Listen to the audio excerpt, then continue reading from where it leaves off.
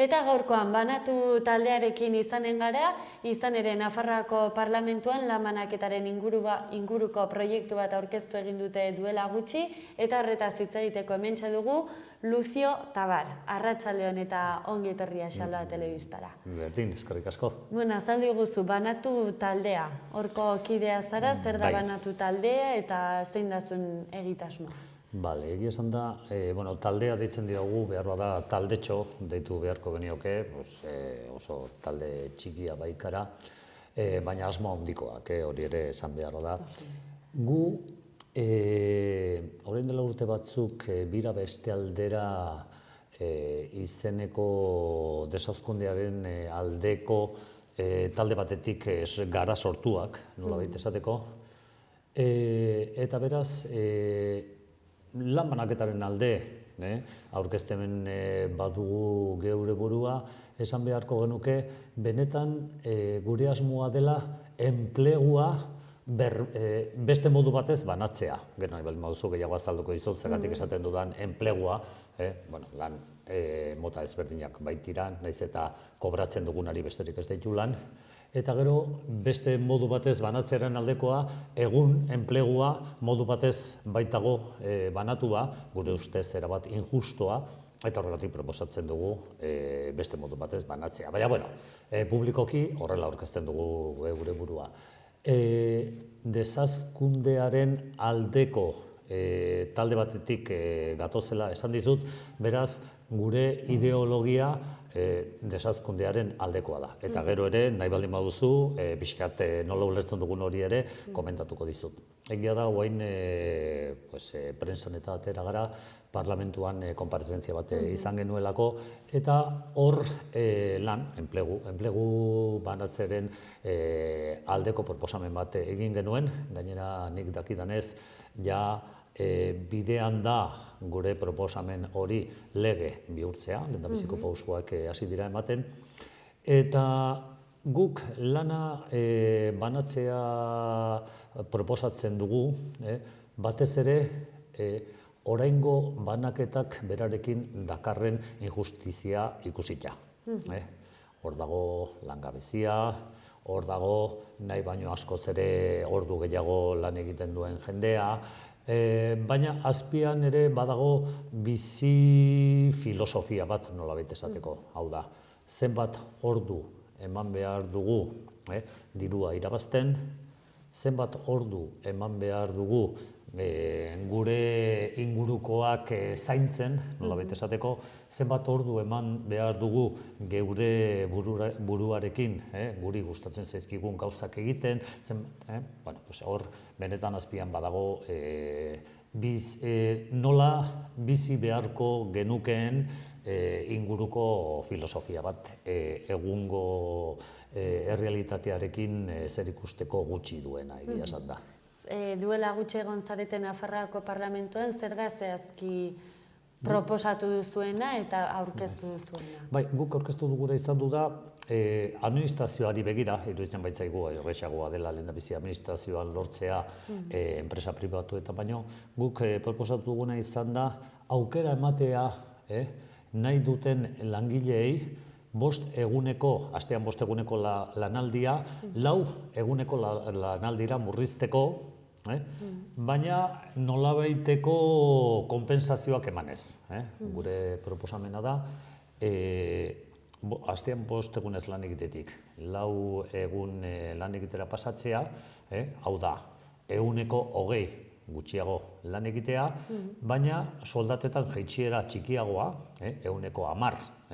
Inguruan hor koefiziente batzuk ere aurkeztu baititugu, gehien kobratzen dutenek gutxiago kobratzeko eta gutxien kobratzen dutenek gutxiago galtzeko, hor koefiziente txiki batzuk, dezimalak dira.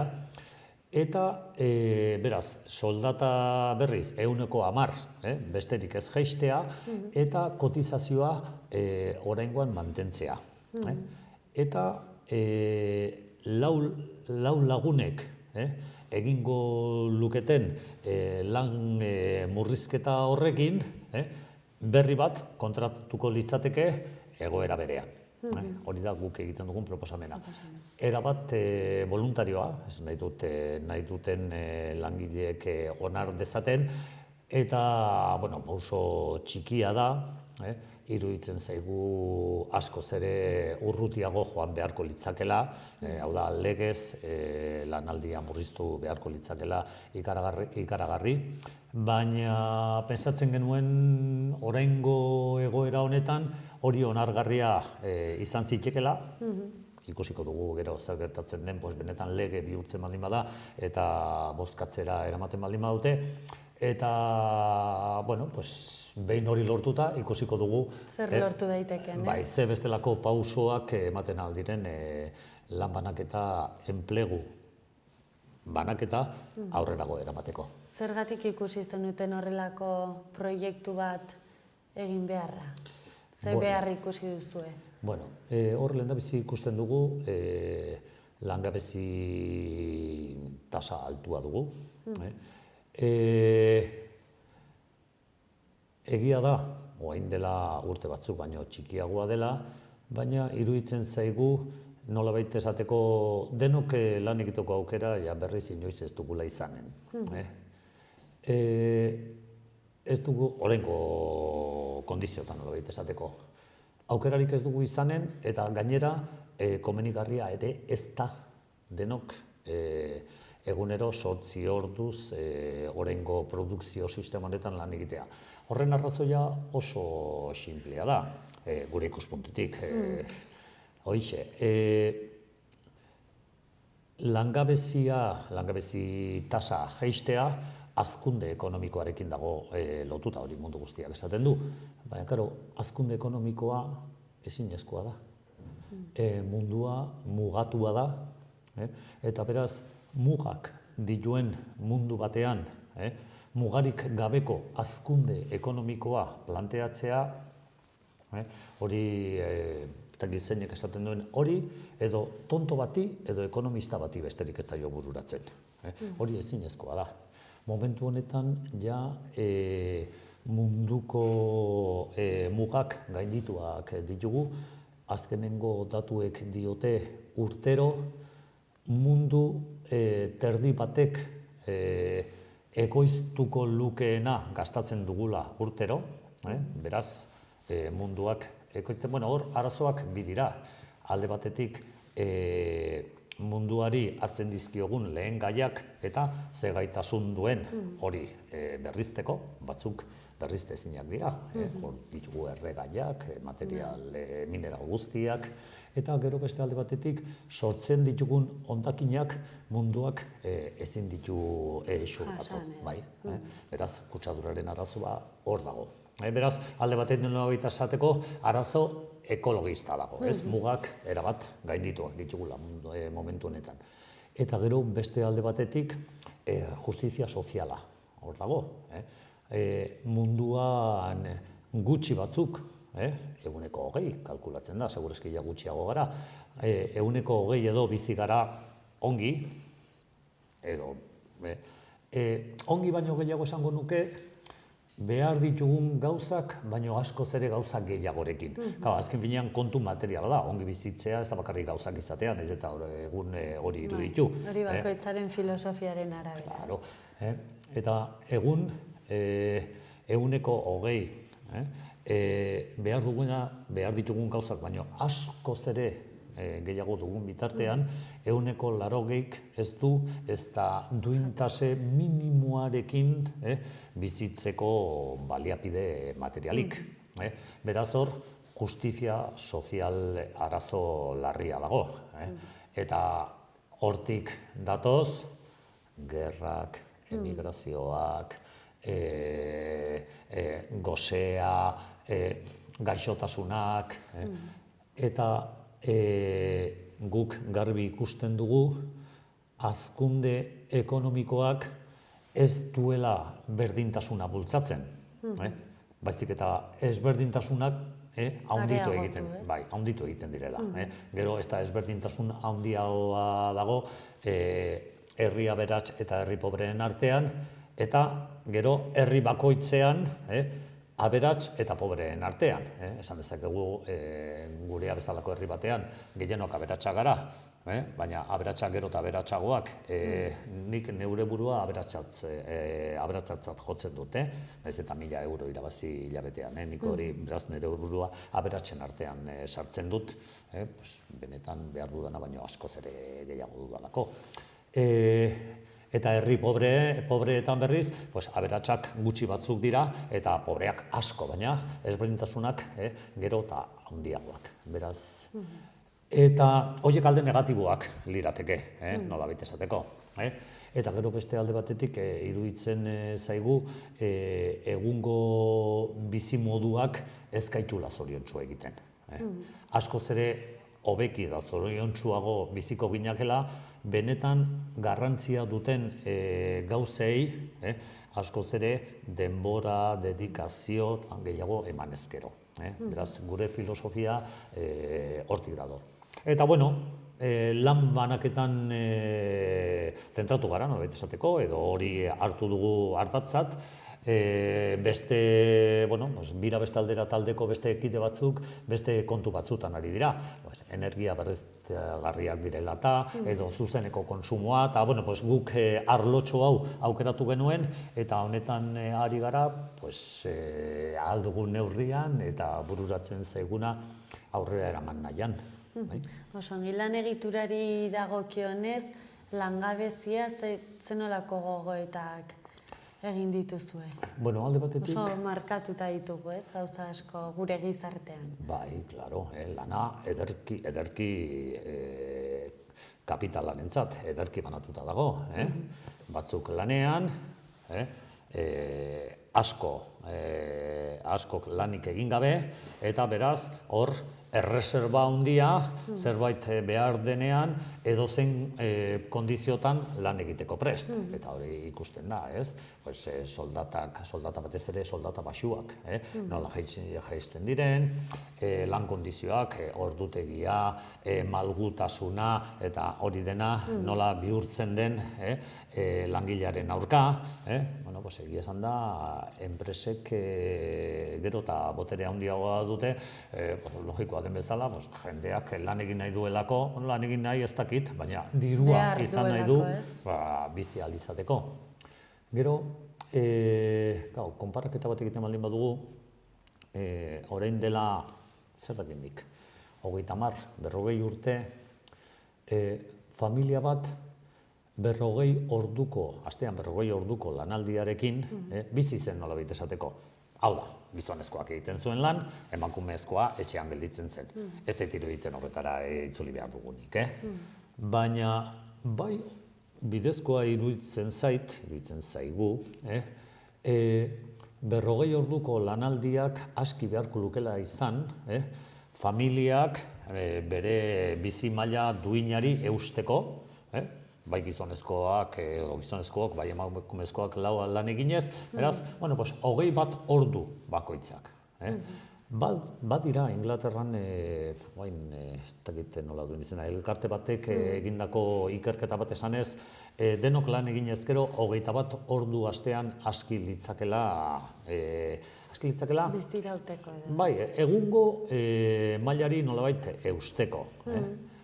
Egia da, egun, nolabait, familia bakoitzak dituen nahi, eta ez dut behar esango baizik, eta nahi ekonomikoak edo nahi materialak, orain dela 30 urtekoak, baino askoz ere handiagoak direla. Beste kontu bat da, zergatik den hori horrela behar duen izan, hori egokiagoa den, mundurako garbi dago ez dela egokiagoa, baina guretzat personalki ere egokiagoa ote den hori gure seme alabentzat, seme alabarik izatekotan, zer litzateke egokiena gure aita amentzat zaindu behar izan ezkero, zer litzateken egokiena, beraz hor, azken finean, bizimoduaren inguruko hausnarketa sakona dago. Ikusi duzu adibidez ereduren batzuek planteatzen duzuen lan eredu honekin? Ez. Praktikara eraman dena? Ez. Ez, nik lan egiten dudan tokian, ni Mauseko trapoketarietan egiten dut lan, hor planteamendu teoriko hau egin, baino asko zer lehenago, orain dela ja urte asko planteamendu praktikoa egin zuten, eta lanaldia 40 ordutik, 32 terdi ordura jaitsi zen. Egia esan da, erabakia izan zen, 70 garren hamarkadako krisi hartan, ikusita jende asko langabezian zegoela eta elkartasunarengatik halaxe erabaki zuten. Lanaldia jaistea, jende gehiago kontratatu ahal izateko. Eta egun, halaxe mantentzen da, 32 ordu terdiz lan eginez. Beraz, eta enpresa, egia esan da ez da enpresa baizik eta fundazioak aurrera jarraitzen du, eta bideragarria da ekonomikoki. Beraz, nik esango nuke, praktikan oso hurbildu dela adibide hori. Urrutiago joaten ez gara usartu, hori ere egia da. Baina, kontuan hartu behar da, alde batetik, produkzioa zenbat igo den, azken 15-20 urte hauetan, produkzioa ikaragarri igo da, esan nahi dut, ordu kopuru berberarengatik askoz ere gauza gehiago ekoizten da egun, baina hori ez da lanean konpentsatu, baizik eta dirutan. Hau da, konsumoan, nolabait esateko. Garbi dago, holako planteamendu bat egin ahal izateko gure konsumoari mugak jarri beharko genizkiokela. Eta gero, beste alde batetik, orain mundu guztiari da esaten, eta hori oso modan dago, teknologia berriak direla eta robotikak, lanpostu asko galdu eginen dela. Nik garbi ikusten dut alde batetik alde filosofikoa, baina gero beste alde batetik alde praktikoa, denok 8 orduz lan egitearen kontu hori bukatzen ari dela. Horren aurrean, bi bide har daitezke, gero eta jende gutxiagok lan egin, gero eta jende gehiago langabezian, pobrezian, banaketa mota hori aukeratzen aldugu, injustiziaren oinarritutako lan banaketa, nolabait esateko, edo saiatzen algara modu orekatu eta justuagoa banatzen. Hau da, egongo den lana, denon artean banatu. Eta beraz, ordu kopurua murriztu. Beraz, ez da bakarrik planteamendu filosofikoa, datozen urteotan etorriko zaigun errealitateari aurre egiteko bi bide ezberdin. Privilegioen aldekoa, ala berdintasunaren aldekoa. Zein aukeratuko dugu? Garbi dago momentu honetan, privilegioen aldekoak duela askoz ere indarra handiagoa, baina gero horrek bere ondorioak izango ditu. Hortxe gaude. Lanean. Gurutze bide batean dago egungo gizartea mundu mailan. Zein aldetara joko duen, neurri handi batean gure esku dago. Eta gu ahal duguna egiten dugu gure txikitasunean, nolabait esateko. Dena den, parlamentuan izan zineten proposamen guzti hauek mahai gainean jartzen, zenolako harrera egin zizueten politikariek? Bai, parlamentuko talde guztiek adostasuna adierazi zuten, ez dakit zerbaitetan ezotekaren okertu, denak ados baldin badaude. Bai, nolabait aldeko jarrera erakutsi zuten. Beraz, alde horretatik pozik. Bai, konpromezu gutxiko proposamena da. Voluntarioa da, azken finean 20% murriztea besterik ez da, alde hortatik ongi dago, denak ados baldin badaude. Baina, gure aldetik ere ongi dago, hori lortu bezain laster, motz gelditu zaigula eta gehiago nahiko dugula. Hori da haien papera eta hau da gure papera, nik horrela ikusten dut. Lucio, bukatzeko, Nafarroako gobernuak aldi berean ere enpleguaren inguruko plan bat aurkeztu egin zuen, zuek hori aztertzeko aukera izan duzue eta zeintzuk dira ikusi dituzuen onurak eta gabeziak. Talde gisa, lan banaketaren aldetik aztertu dugu nola esateko. Eta hor, aipatu egiten da lan banaketa, nonbait hor. Aipatu egiten da, nahiz eta gero proposamen zehatzik zetorri. Baina, orain behar bada onartuko den lege hau, urrats txiki bat litzateke horren alde. Gainerako kontuetan talde gisa ez gara sartu, baina nik personalki, eta hau izaten dute, hau ez da taldearen iritzia, baizik eta nire iritzi personala, planteamendu hori zaharkitua dago.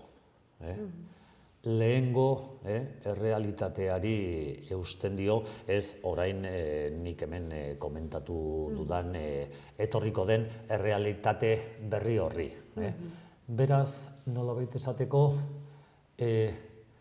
lehengo krisiaren aurreko egoerara itzuli nahian oinarritua ikusten dut nik, baina hori ez da itzuliko. Hor, aurreko gunean, liburu baten aurkezpenean, izlarietako bati entzunion, 2008an, hau da, krisia hasi zenean, hasi zen etorkizuna. Haidut, hemendik aurrera datorkiguna 2008an hasi zena izan zen. Krisia, krisi ekonomikoa, baina aldi berean krisi soziala, krisi ekologikoa, eta hori gero eta handiagoa izanen dugu. Gero eta handiagoa eta gero eta hurbilago. Jan 2008an hurbildu zitzaigun, ordura arte oso ongi bizi ginen. Krisia, hirugarren munduan zegoen nolabait esateko, ez? Hor zegoen pobrezia, langabezia, zerbitzu publikorik eza, murrizketak, nazioarteko diru funtsak agintzen zuena bete beharra, hori hirugarren munduan zegoen. Ja 2008an... Iritsi zen onera. Alaxe. Eta gure ustez, edo nire ustez, taldearen ustez, ere bai, baina honekin lotuta hori hasiera besterik ez da izan. Gero eta larriagoa eta sakonagoa izanen da. Beraz, nik batez ere hori ikusten dut. Lehengo errealitatean oinarritutako enplegu plana edo enplegu planteamendua dela, eta ez gero eta makurragoa izanen den etorkizunari begirako plana ez dela. Niretzat hor sakon-sakonean duen akatsik handiena hori da. Mila esker, Lucio, oso interesgarria kontatu iguzun guztia, gonbidatuta zauden eduzunean berriz ere parte hartzera eta ongi izan. Berdin eskerrik asko, aukera emateagatik.